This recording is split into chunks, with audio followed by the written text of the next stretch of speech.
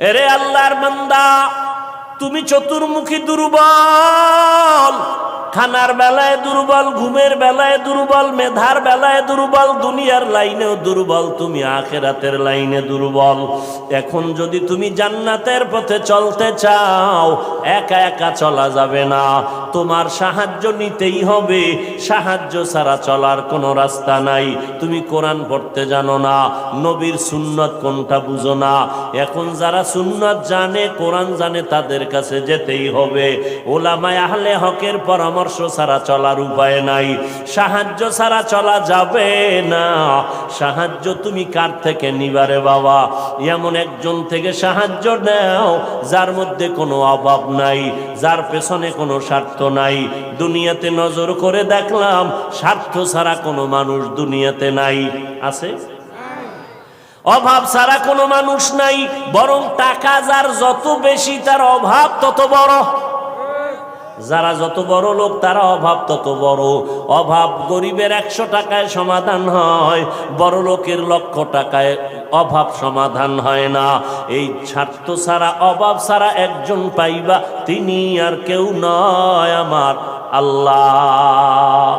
ইয়া আইয়ুহান নাস আনতুমুল ফুকারাউ ইলাল্লাহ ওয়াল্লাহু হুয়াল গনিয়্যুল হামিদ।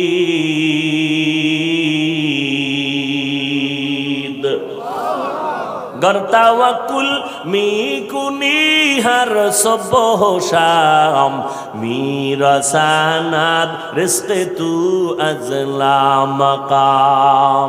বাহাদুরি করিও না রে বাবা, অন্যের সাহায্য ছাড়া চলা যাবে না। দোয়াও কিন্তু একটা সাহায্য, দোয়াও সাহায্য। সাহায্য ছাড়া চলা যাবে না। মা বাবায় দোয়া করে, এর সাহায্যে আমরা বড় হয়েছি। মা বাবার ক্লান্ত পরিশ্রমের কারণে আমরা বড় হয়েছি, মা বাবার সহযোগিতায় বড় হয়েছি। কিন্তু স্বার্থ ছাড়া জমিনের মধ্যে কোনো মানুষ নাই, অভাব ছাড়া কেউ নাই। যার কোনো অভাব নাই তিনি হলেন আমার আল্লাহ, যার কোনো স্বার্থ নাই তিনি আমার আল্লাহ। এরে বান্দা, নিজেরে বড় মনে করলে ধ্বংস অনিবার্য।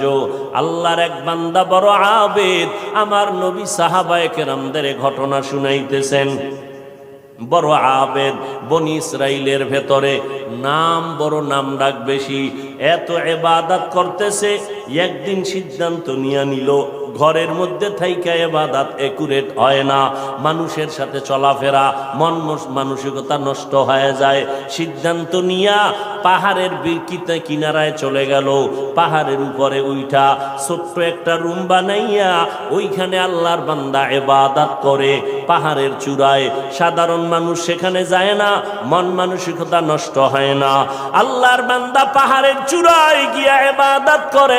ঘরের ভেতরে মা বড় একা, আম্মাজান ঘরের মধ্যে বসে মোটামুটি জীবন যাপন করে। সন্তান আসে না, ইবাদতের মজা পাইয়া পাহাড়ের চূড়ায় উঠে ওখানে